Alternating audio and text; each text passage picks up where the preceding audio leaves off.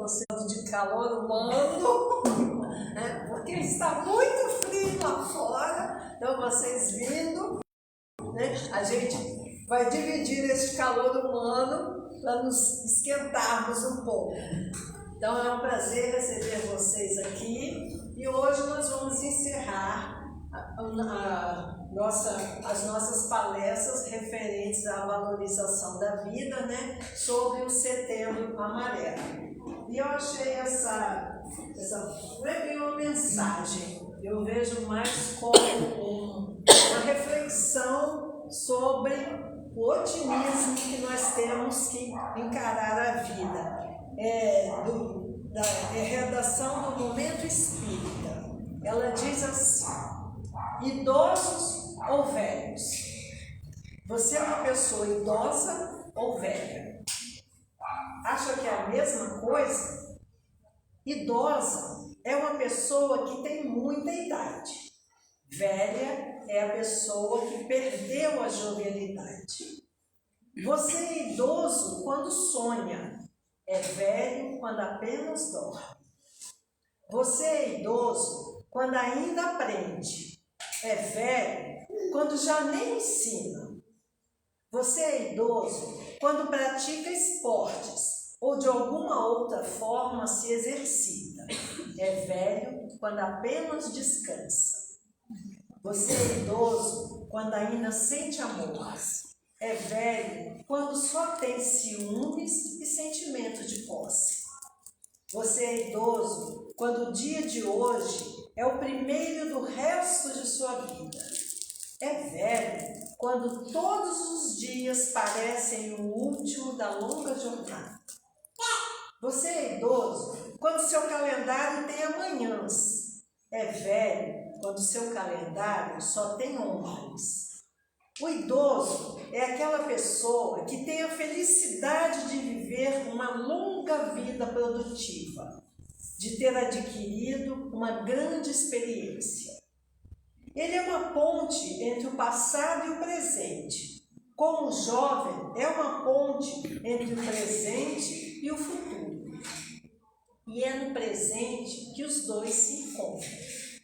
O idoso se renova a cada dia que começa. O velho se acaba a cada noite que termina.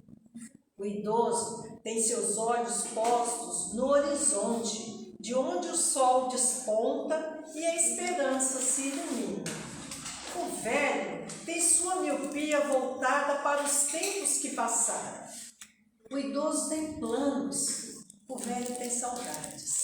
O idoso curte o resto da vida. O velho sofre o que o aproxima da morte. O idoso se moderniza, dialoga com a juventude, procura compreender os novos tempos.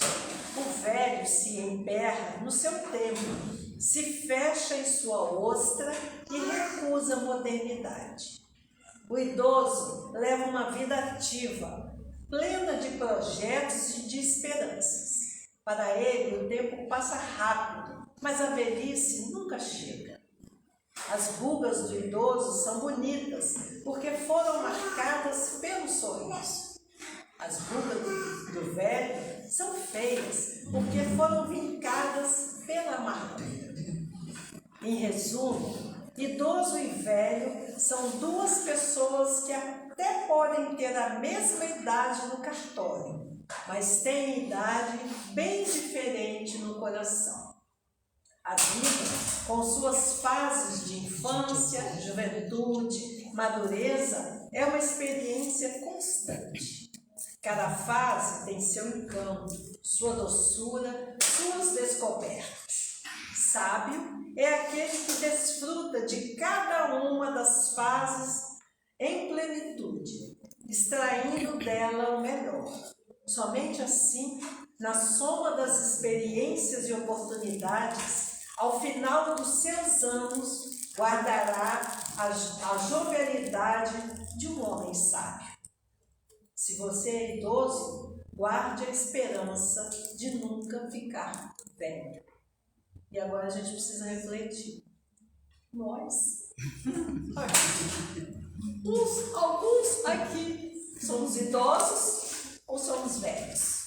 Né? Vamos refletir como queremos viver esse tempo todo que ainda temos pela frente, né? Com rugas, mas com sorriso, né? Com algumas já deficiências, né? Na hora de sentar, na hora de levantar, na hora de caminhar, mas vivos, com otimismo, fé e esperança. Então agora vamos fazer a nossa oração da noite.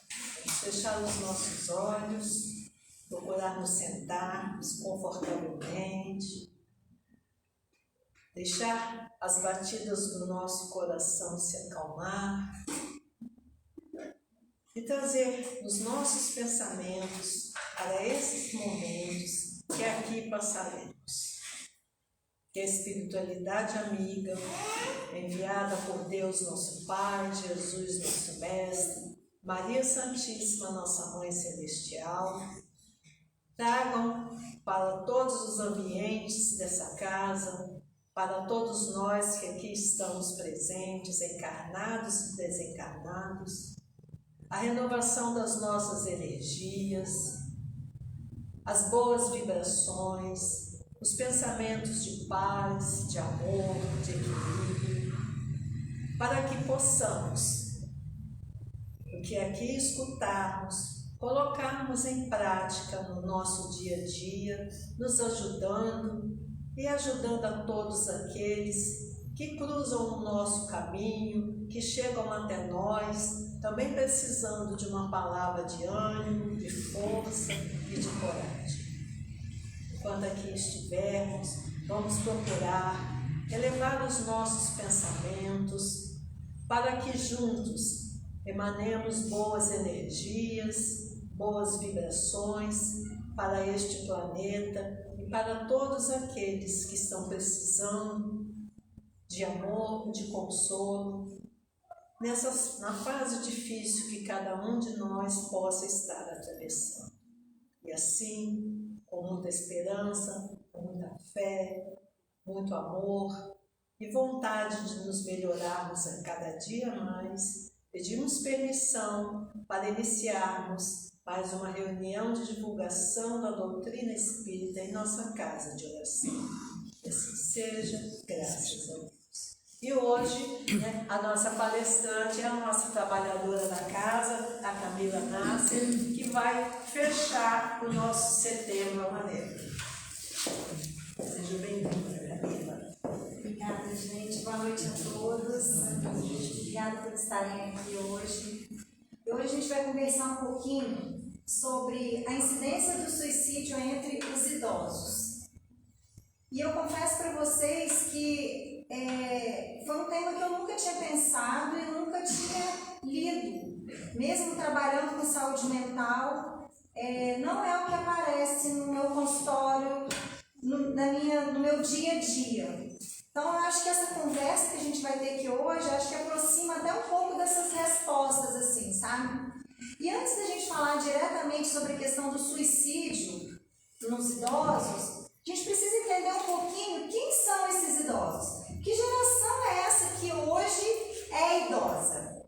Então, essas gerações são chamadas de silenciosas ou baby boomers. Achei tão significativo esse nome, silenciosas, né? A geração silenciosa nasceu ali entre 1928 até 1945. E os baby boomers nasceram entre 1946 e 1964.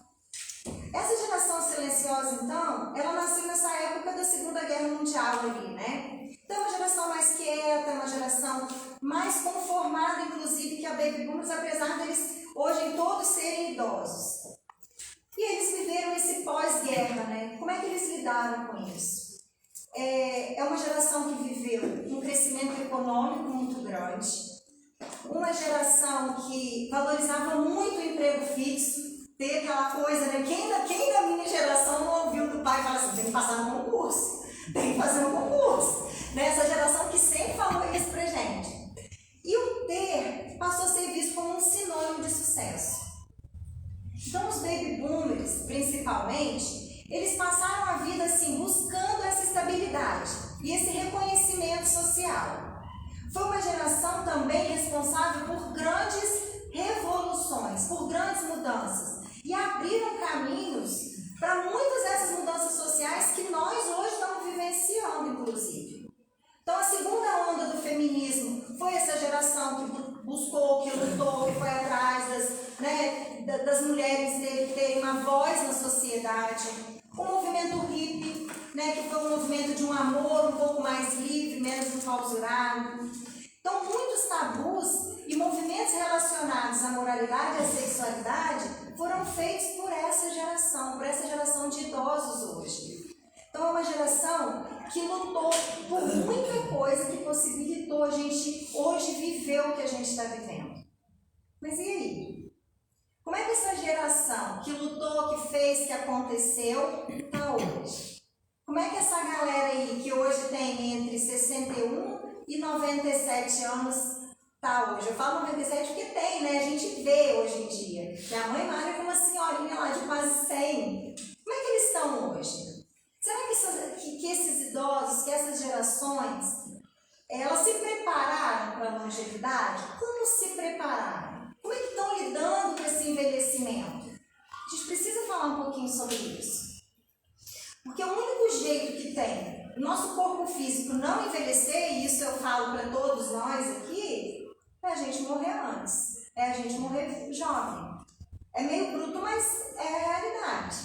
E vocês já repararam que até mesmo nós espíritas, a gente conversa muito pouco sobre o envelhecimento, sobre tudo que pode vir com ele. Eu confesso que assim, eu não tinha visto palestras assim, temas sobre esses, assim, sobre o idoso, sobre o envelhecimento nas casas, Então, é um tabu como tantos outros na nossa cultura. E aí, o que acontece quando a gente não olha para alguma coisa? Então, quando a gente não olha para o idoso, seja aquele idoso que está lá na nossa casa, no dia a dia com a gente, seja para o envelhecimento, seja para tudo isso, o que acontece? A gente não se prepara para isso. Quando a gente não olha para alguma coisa, a gente não se prepara para aquilo. E a gente vive enganando, como se a gente não fosse chegar em 60, 70, 80. Isso só vai acontecer, gente, se a gente morrer precocemente. E é tão louco assim, eu falo que é tão doido que a gente tem a oportunidade de entender, de aprender sobre o envelhecimento, mesmo não chegando nessa fase, com tudo que a gente tem de acesso hoje, e também ali a prova viva, porque todo mundo tem um idoso do lado. Olha aqui na casa, quantos idosos hoje, quantas pessoas na nossa... Não, eu também não estou chegando lá. Daqui a 14 anos, gente. Então, assim, todos nós temos um idoso que a gente convive. E aí, vendo uma palestra de uma médica geriatra, especialista em luta e cuidados paliativos, eu não sei se vocês já ouviram falar, Ana Cláudia Quintana Arantes. Ela tem um livro que, olha, só de lembrar eu choro. Eu até falei com a Mônica, Mônica? O nome do livro é Histórias Lindas de Morrer, uma coisa assim. Depois vocês procurem. Tem um outro também que é A Morte é um Dia que Vale a Pena Viver. Bom, essa especialista, ela compara o envelhecimento a uma viagem para o deserto de Saara. E aí eu vou me apoderar dessa comparação dela e vamos trazer essa comparação para aqui. O que ela propõe?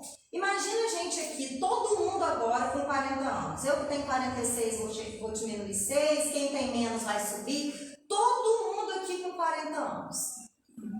E aí, a gente vai ser avisado assim, daqui a 30 anos, dia 26 de setembro, todos nós vamos viajar para o deserto de Saara. E aí, gente, não tem volta. Nós vamos chegar lá no deserto e não tem como voltar. Chegou o dia. 30 anos, todo mundo lá no deserto. E aí uns vão chegar e vão falar assim, Camila, aqui está muito quente, eu não trouxe roupa fresca. Tem jeito, nós estamos no deserto, não tem volta, lembra? Eu avisei? Não tem volta. Mas está muito frio à noite, eu não sabia que o deserto esfriava. Pois é, não tem jeito. É frio. Mas estou com uma sede nesse deserto, eu esqueci minha garrafinha, parece até eu vim para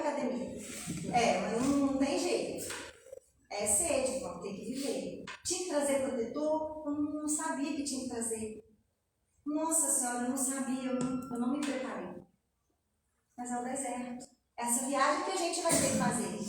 E é exatamente o que acontece com quase todos nós, não é? A gente sabe que a gente vai passar pelas diversidades numa certa idade e a gente misteriosamente finge que a gente não sabe disso e não se prepara. E aí quando a gente chega lá no deserto, tem volta não. Não tem jeito. A gente vai ter que lidar com as adversidades com as quais a gente não se preparou. E o que a gente tem feito? Vocês separaram o que a gente tem feito?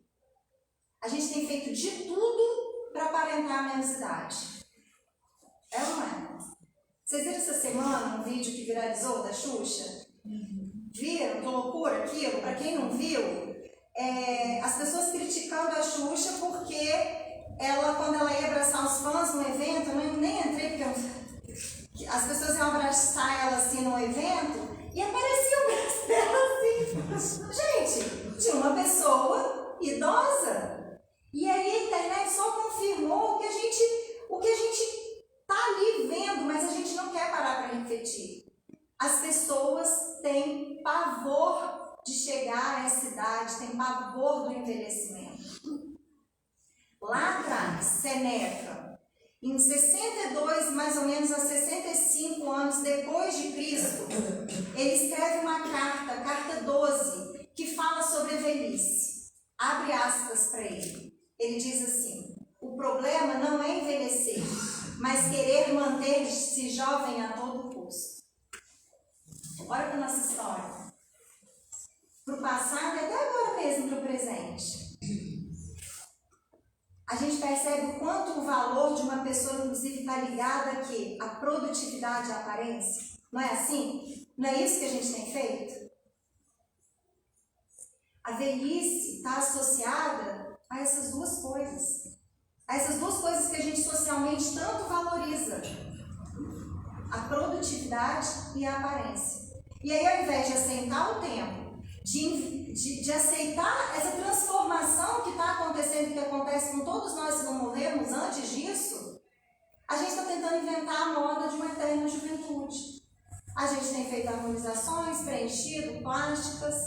E eu não estou falando aqui, gente, não é que eu sou contra e nem a favor. Não estou falando nem, inclusive, que eu nunca vou lançar a mão disso. Não é sobre isso. Não é sobre ser contra e a favor. É sobre a gente ter um olhar do que está por trás disso. Porque às vezes a gente vai fazendo e não se dá conta, né? Então, o que a gente tem é uma geração inteira querendo parecer mais jovens. Inclusive jovens querendo parecer mais jovens. Por que esse medo todo? Talvez a velhice seja um lembrete estampado na pele que a gente corre de ver da nossa finitude. E até nós, espíritas mesmo. A gente senta às vezes com um amigo e fala assim: ah, quando eu morrer eu queria um velório assim, eu quero ser enterrado, eu quero ser cremado. A gente não fala sobre isso. A gente não fala o que a gente quer no dia da nossa morte, o que a gente quer escrito na nossa lápide, a não ser um chato se a gente fosse convidado. Mas a gente não fala como se fosse um tabu, como se falasse disso fosse atrair a morte. E parece que a ruga tem essa mesma função, esse spoiler aí, né? De, você vai morrer, você tá cheio de ruga, você vai morrer. E a morte, nessa idade, na fase idosa, não é só a morte física, a gente também entende que existe uma morte simbólica quando a gente chega nessa fase. Como em todas as outras. Quando a gente sai da infância, a gente tem mortes simbólicas de muitas coisas. A gente perde muitas coisas quando a gente sai da infância para a adolescência. Né? A gente já não tem mais o corpo de criança, a gente perde aquele corpo de criança. A gente perde... eu me lembro minha filha na transição ali, entre 10 e 11, querendo entrar nos brinquedos que o pequeno brincava de 5, 6 anos e não podia. Então não era nem adolescente e nem criança. Ou seja, tiveram perdas. E a fase idosa também. Porque para iniciar uma fase, uma outra precisa morrer. Com a entrada na terceira idade, há uma morte da juventude, da disposição, muitas vezes da autonomia, muitas vezes o idoso depende de outras pessoas. Tem mortes físicas também de parceiros, de amigos, de entes queridos, de pessoas próximas, inclusive, que não tiveram oportunidade de envelhecer. Oportunidade. Então, criticar o braço da Xuxa, o cabelo branco da Camila, que não pintou, é maneira um pouco da gente calar esse espelho existencial. E a gente tem perdido a oportunidade de aceitar que por trás de cada ruga dessa no rosto de todos nós, tem um tempo dizendo que a gente sobreviveu a tantas coisas, a tantas marcas. A nossa história está marcada no nosso rosto. E falar do braço da Xuxa não é falar sobre ela. Falar de nós mesmos. Do medo que nós temos do tempo. Desse tempo que, paradoxalmente, eu pergunto, será que a gente está sabendo aproveitar? E aí eu acho que por trás de tapar essa busca, de tapar o envelhecimento, também tem uma tentativa desesperada de tentar voltar e viver aquilo que a gente não viveu e desperdiçou quando tinha 30, 40 anos.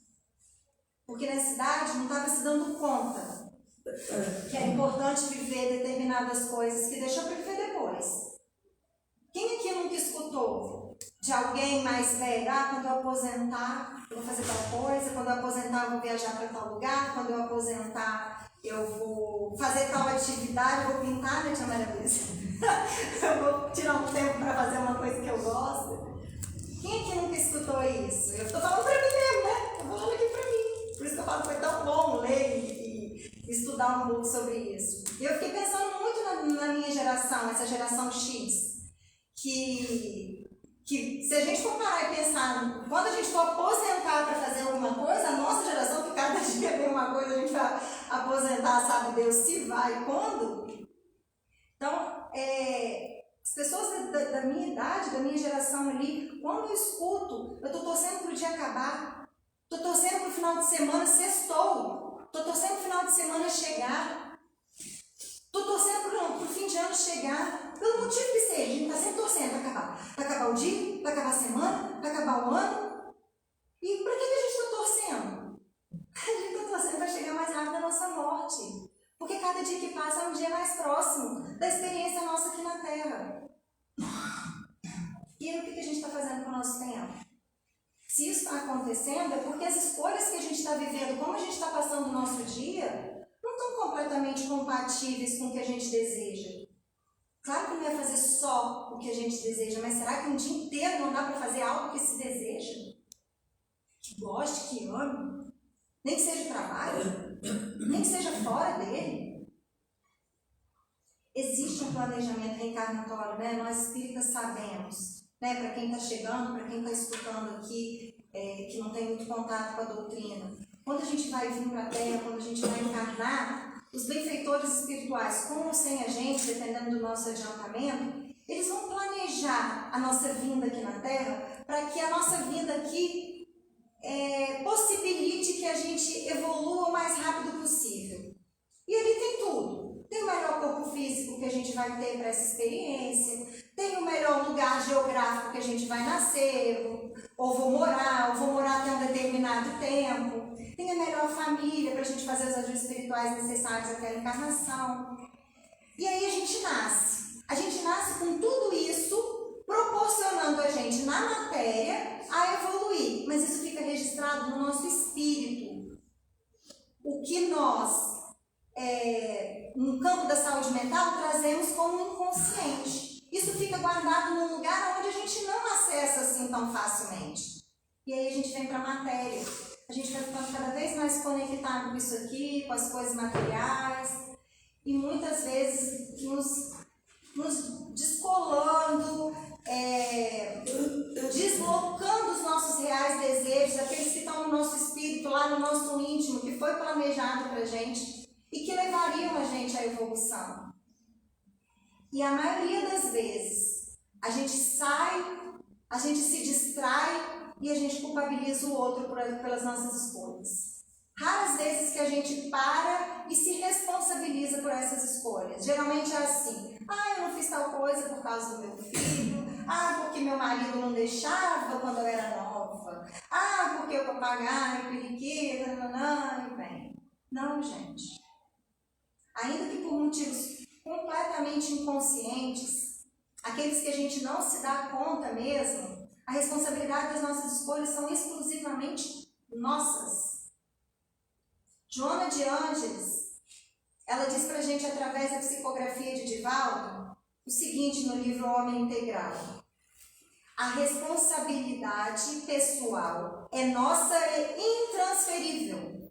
Cada criatura é autora de sua história, respondendo inevitavelmente por seus atos praticados e pelas omissões deliberadas. Olha lá, responsabilidade pessoal é nossa e intransferível.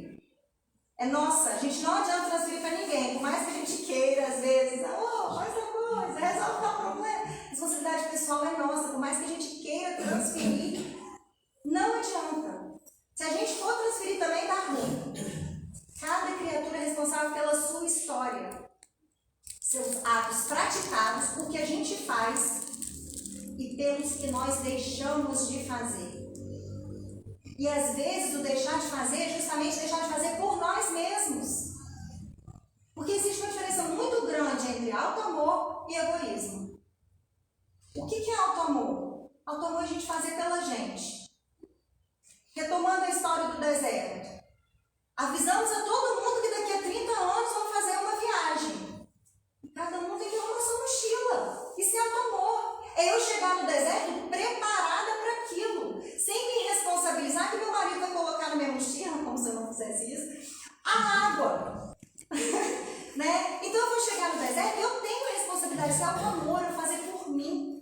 Porque eu vou chegar em algum lugar com coisas que eu preciso fazer por mim. E o que é egoísmo? Egoísmo sou eu me preparar, eu ter levado água, 2 garrafinhas de água, eu ver que eu preciso de uma, ter um coleguinha que não levou e eu deixar de entregar essa segunda garrafinha para ele.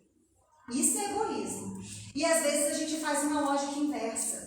A gente não olha pra gente, não arruma a nossa mochila, fica preocupado se o filho está arrumando a dele, se o marido está arrumando, se não sei quem está arrumando, se o vizinho está fazendo tudo. Quando chega a hora da nossa viagem, a gente não tem, ainda fica querendo, poxa, mas o fulano nem lembrou de mim, porque eu fiquei aqui preocupada com o negócio dele, com a coisa. Não é assim que a gente faz? Não sei se é só eu, mas geralmente é assim. A gente olha, resolve, tudo ali em volta e depois reclama que o outro não está fazendo pra gente. E às vezes é a hora da gente fazer por nós mesmos. Sobreviver sem essa atenção que às vezes a gente vive. E que às vezes não está em consonância com aquilo que a gente deseja pra gente, pra nossa velhice, pro nosso envelhecimento, pra essa chegada nessa idade. A gente fica passando uma vida inteira escolhendo coisas incompatíveis com o que a gente deseja colher. A gente planta batata, quer colher morango, e depois ainda reclama com o outro. Tá bem, eu tô colhendo batata porque o fulano me entregou as mudas erradas. Ainda tem isso, tá rindo assim. E aí faz com que a gente chegue aos 60 mais despreparados em vários aspectos. E os problemas são de todas as ordens, né? Aspectos físicos, emocionais, econômicos.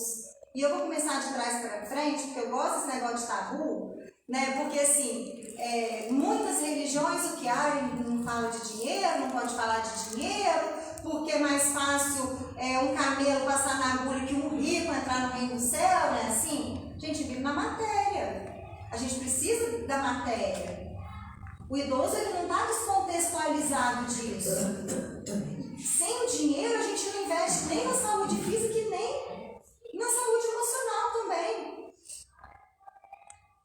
Então, vocês já pensaram o que é chegar ao final do mês, depois de trabalhar uma vida inteira e ter dinheiro para pagar uma conta de luz? Não saber como é que vai pagar os remédios, não ter dinheiro para pagar uma terapia, por exemplo? Então a gente não pode deixar de olhar para esses fatores, porque esses fatores econômicos ele tem um impacto inclusive no aspecto emocional, porque está tudo interligado. A gente não é só um corpo, a gente não é só a saúde mental, a gente não é só o espírito, a gente está interligado, tudo isso interligado.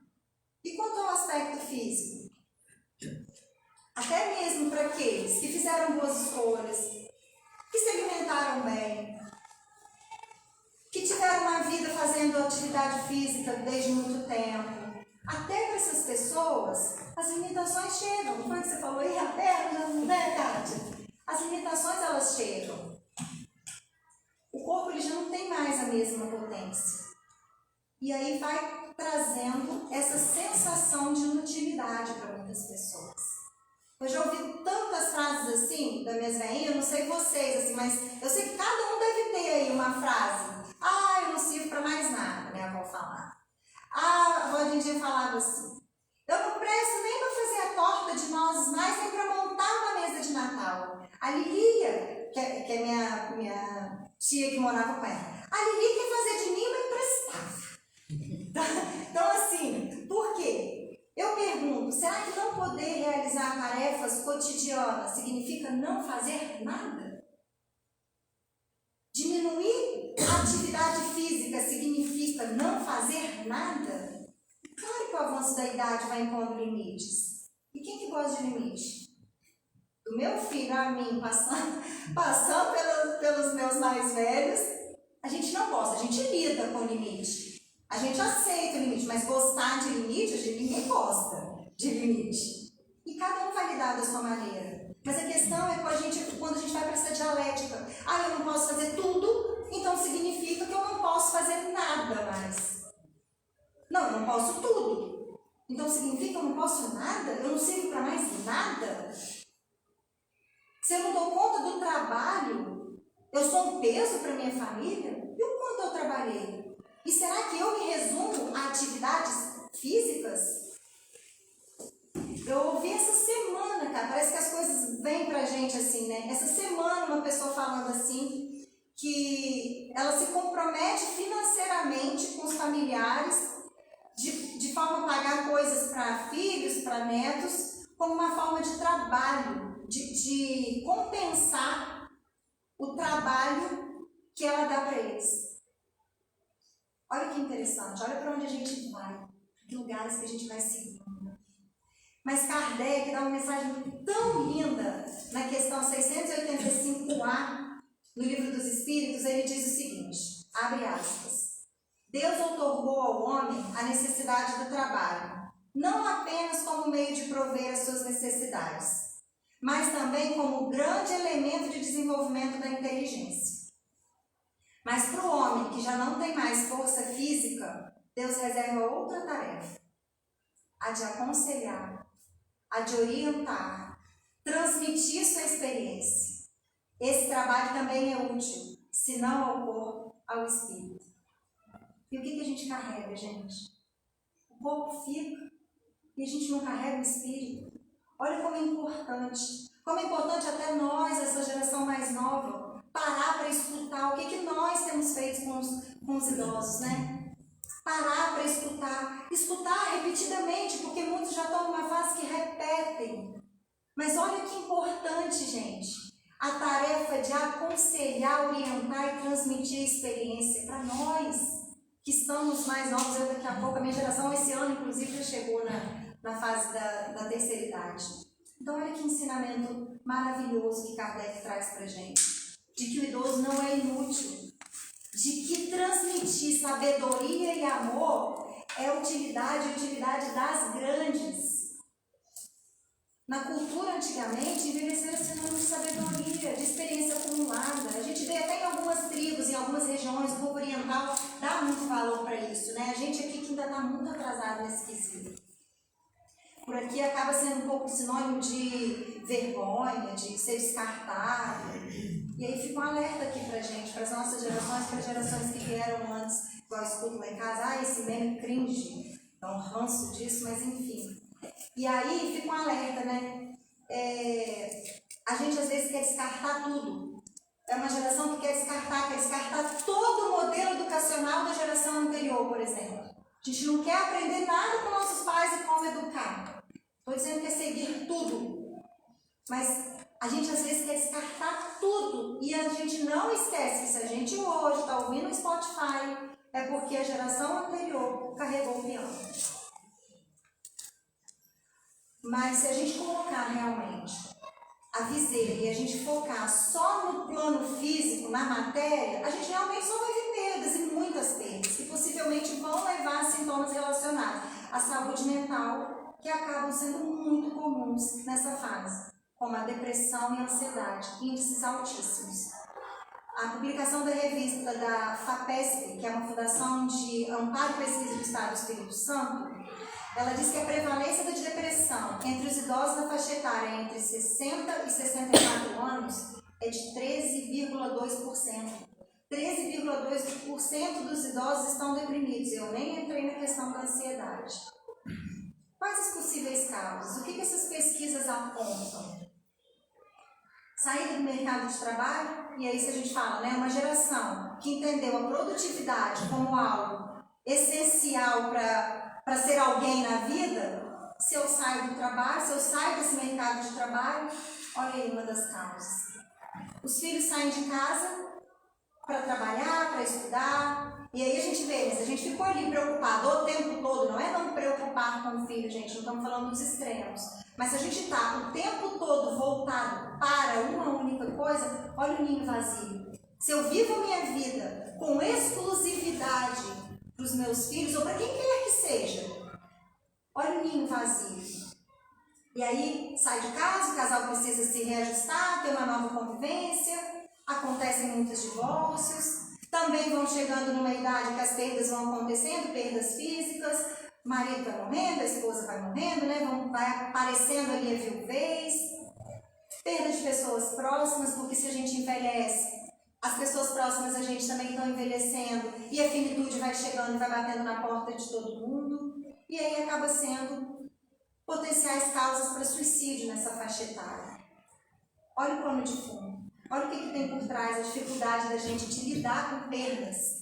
A gente só quer ganhar o tempo todo. A gente tem uma dificuldade danada de lidar com perdas. Eu lembro minha filha na fase de transição para a adolescência, ela queria os benefícios da adolescência e os benefícios da infância que o irmão ainda tinha. E a gente é assim. Estou falando da criança, né? E a gente é assim também. E acontece um impacto por causa disso, por conta dessas nossas dificuldades de lidar com essas perdas que a gente vai tendo, de mobilidade, de tudo isso que eu já citei aqui, numa taxa que eu não conhecia. Eu não sabia que o grupo de 65 mais, pessoas com mais de 65 anos, o índice é maior de suicídio que em jovens. Eu não sabia. A porcentagem em jovens ela está crescente, por isso a grande preocupação também. Mas os idosos ainda se matam mais que os jovens. E homens mais que mulheres. E um estudo em Harvard verificou que a taxa de suicídio na população 65 mais acontece para cada 100 mil habitantes, 60 mortes. E em homens é 4 vezes maior ainda que em mulheres. Se a gente for analisar o que a gente está falando aqui, né, é uma sociedade que valoriza a produtividade, a autonomia, o quanto isso está associado às pressões sociais que são feitas nesse masculino, né, no papel do homem na sociedade, o papel dessas pessoas idosas que ainda estavam vivendo esse patriarcado de forma tão coesa, né, de que o homem é o único provedor, de que o homem tem tais e tais, é o único a ter tais e tais responsabilidades. Se a gente for parar e pensar também, é uma sociedade que ouviu muito, né, dos pais, uma geração que ouviu muito dos pais, engole esse choro, não engole o sentimento, não fala do que você está sentindo, não podia falar, porque senão não era homem, né? Mas a gente voltando aqui para o panorama geral, homens e mulheres, a gente vê muitas causas de se deprimir, do sujeito na velhice se deprimir. E eu sei que muitas pessoas costumam dizer que depressão é falta de Deus, outros falam que depressão é excesso de passado e ansiedade é excesso de futuro, mas o buraco é muito mais embaixo. Os estudos da neurociência provam e mostram que sim, tem uma alteração cerebral no processo depressivo. Existe uma mudança no nosso físico. O físico se altera quando a gente está no processo depressivo. Porém, sobretudo, entretanto, a ciência também mostra que esse cérebro se altera mediante a conversa, a fala, as palavras. Ou seja, olha a linguagem, as interações, os nossos afetos, como mudam o cérebro e como muda as conexões, esse circuito, como que isso acaba ficando diferente. Então, falar sobre o que a gente está sentindo, numa conversa com um amigo, no atendimento fraterno da casa espírita, em outras religiões também, que tem pessoas que acolhem esse determinado tipo de demanda, principalmente com um profissional de saúde mental, um bom profissional, é muito importante. Então, o que eu quero dizer com isso? É que não basta só medicamentos. A medicação ela vai atingir o físico, vai melhorar muitas coisas e está interligada, em algum nível vai melhorar outros aspectos também do nosso ser. Mas ele não pode ser o único caminho. Porque ele não nos auxilia e não nos aproxima do nosso propósito de vida, nem dos nossos desejos, nem da gente lidar de forma diferente com as nossas faltas e com os nossos vazios existenciais, que todos nós, não adianta a gente falar eu tenho tudo, porque todos nós temos vazios e faltas. E, portanto, ele não é a tábua de salvação, não é o vilão e também não é a tábua de salvação. Mas a doutrina espírita e os profissionais de saúde mental, eles convergem em um ponto. Que o suicídio não é o melhor caminho nunca. A gente costuma escutar assim, ninguém nunca voltou para dizer como é que é lá em cima. A gente não costuma dizer isso? Mas voltou. Você pode até não acreditar, não voltou sim, carne, osso. Você pode até não acreditar nas psicografias, mas que voltou, voltou. A gente tem muito relato de quem partiu. E eu trouxe aqui um especificamente porque eu achei interessante, porque fala sobre suicídio, fala de um processo depressivo, que é no livro Memórias de um Suicida, da Ivone Pereira. Através da psicografia dela, um espírito que foi escritor na região, em Portugal, um escritor muito famoso, e em um determinado tempo da vida, ele se encontra cego, e ele não suportou, ele entrou numa depressão profunda e ele tirou a própria vida.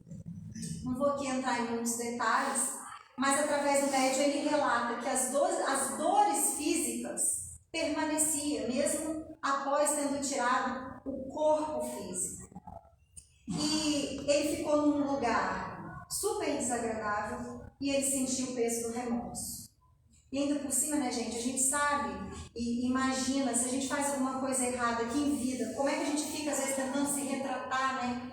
Agora, imagina você chegar no plano espiritual, tendo visto que você tomou uma atitude extrema e que você atingiu, porque isso já está comprovado, quem fala muito sobre isso é aquele rapaz espírita que fala muito sobre o suicídio. Trigueiro, André Trigueiro, ele fala sobre isso, né, do impacto do suicídio, né, que ele impacta diretamente entre 6 a 8 pessoas muito próximas ali, são impactadas fortemente com o suicídio. Imagina, então, quem parte. E aí o Espírito continua dizendo e relatando que um tempo depois ele foi socorrido pela equipe de Maria de Nazaré. Todas essas pessoas, todos esses relatos assim, que a gente vai lendo, e até pessoas que já tentaram suicídio, né, e que vêm conversar com a gente escuta uma coisa, que o desejo não é acabar com a vida, que o desejo é acabar com a dor. Só que nesse relato fica claro que a dor não acaba dessa maneira e que a vida também não acaba, e que às vezes acaba sendo intensificado. Mas eu queria deixar uma coisa aqui também clara, para diminuir um pouco a angústia, até de quem às vezes teve um familiar que desencarnou por essa via, sabe? Que não entra em desespero depois disso, depois de perceber que realmente existe uma dificuldade no plano espiritual. É que para nós espíritas, a gente enxerga um Deus realmente misericordioso e que não permite um sofrimento eterno. E que é apenas um tempo necessário para o aprendizado e para o arrependimento sincero. Mas por mais distante que a gente sinta, que a gente esteja dos nossos desejos, dos nossos propósitos, sempre tem um recurso menos doloroso e menos drástico que o suicídio. Então, assim, longe de mim vir aqui dar uma receita de bolo, que seja algo que funcione para todo mundo, porque eu não acredito nessas coisas, eu acredito na subjetividade do ser, que cada um gosta de uma coisa, cada um tem um desejo. Eu fico vendo lá em casa 2 espíritos completamente diferentes. Pedro, quando ele está nervoso, a gente briga com ele pega a bola dele, ele desce no campinho de futebol, ele marreta aquela bola, que a gente só escuta aquele portão e as paredes. Se me der uma bola quando eu estiver nervosa, eu não vou nem saber o que fazer. Né? Tem que me dar um livro para eu ler, um banho para eu tomar. Cada um vai ter algo para escoar, para se aproximar de si.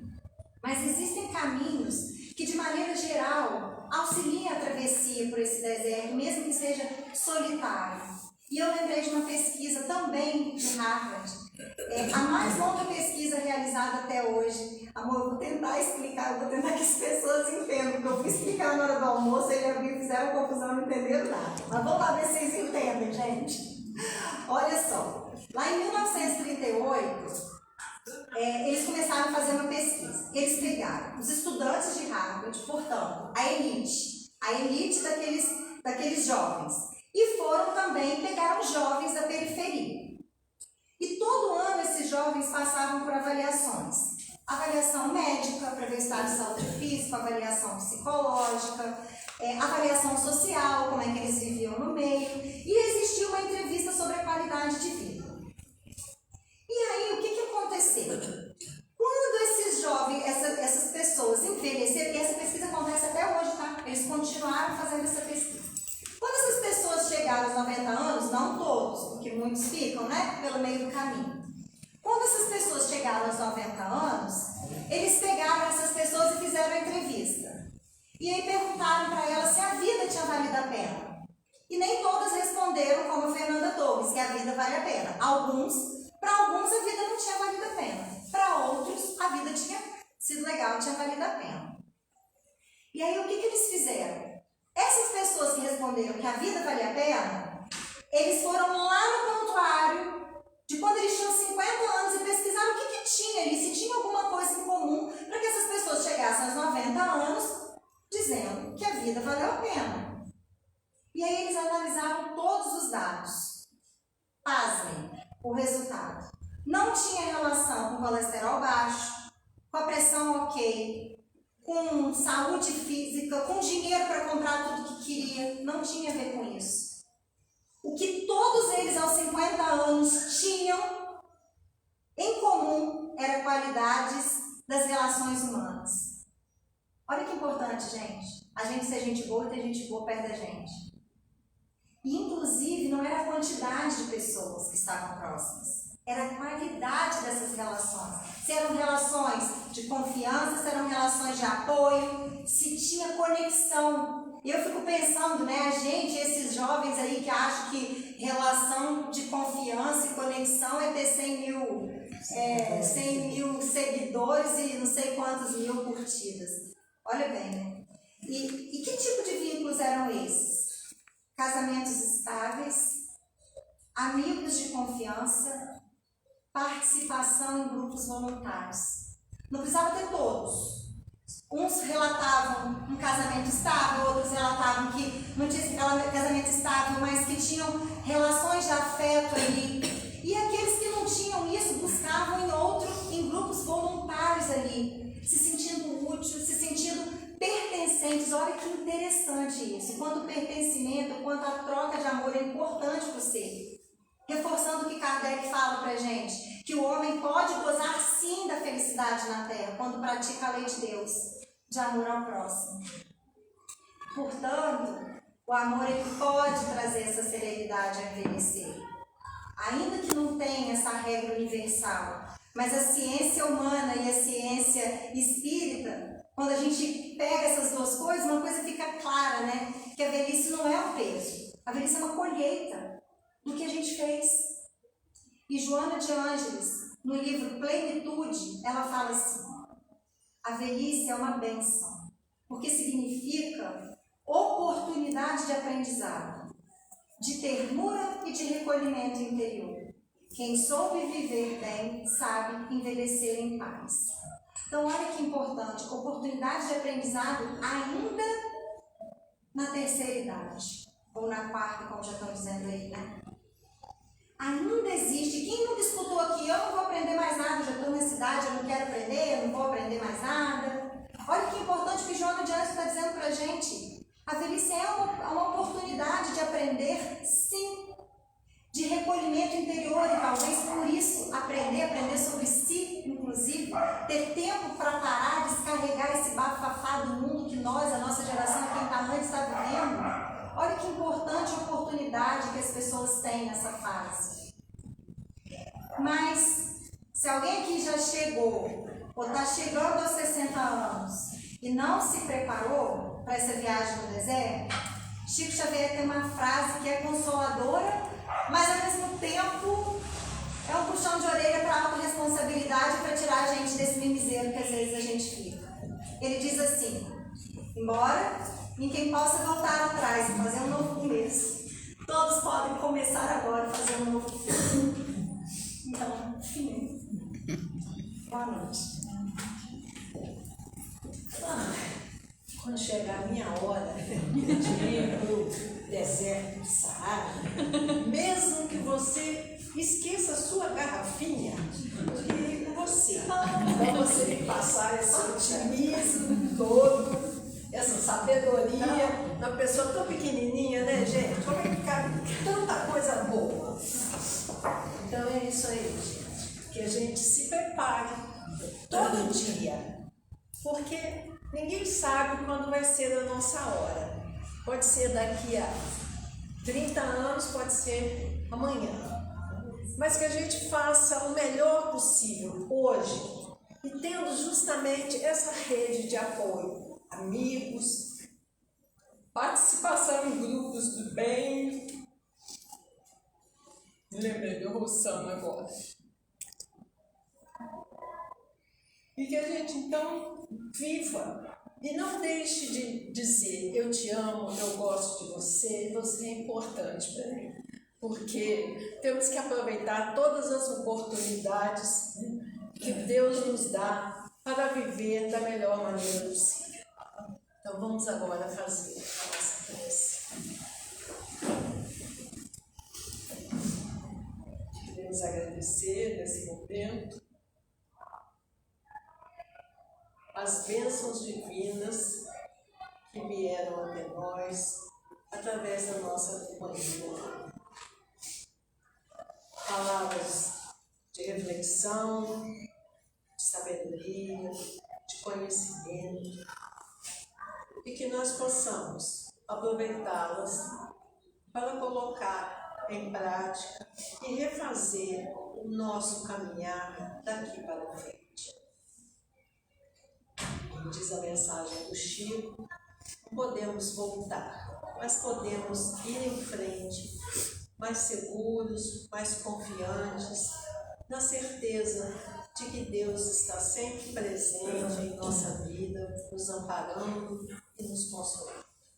Que nós possamos ser pessoas e espíritos melhores hoje e amanhã e sempre, e que fomos até o que nós nos lembremos sempre da presença divina de Deus em nós e em todos aqueles que estão à nossa volta.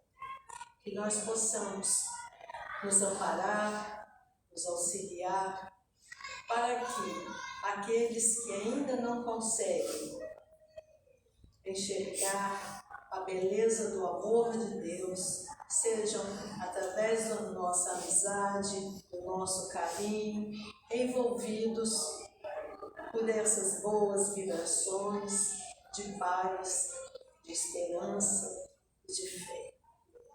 E assim, na certeza de que já estamos melhores do que quando aqui chegamos, mais energizados, porque recebemos do plano espiritual essas bênçãos divinas para que possamos seguir adiante renovados em nossas energias e assim pedimos permissão para encerrarmos a primeira parte de nossa reunião.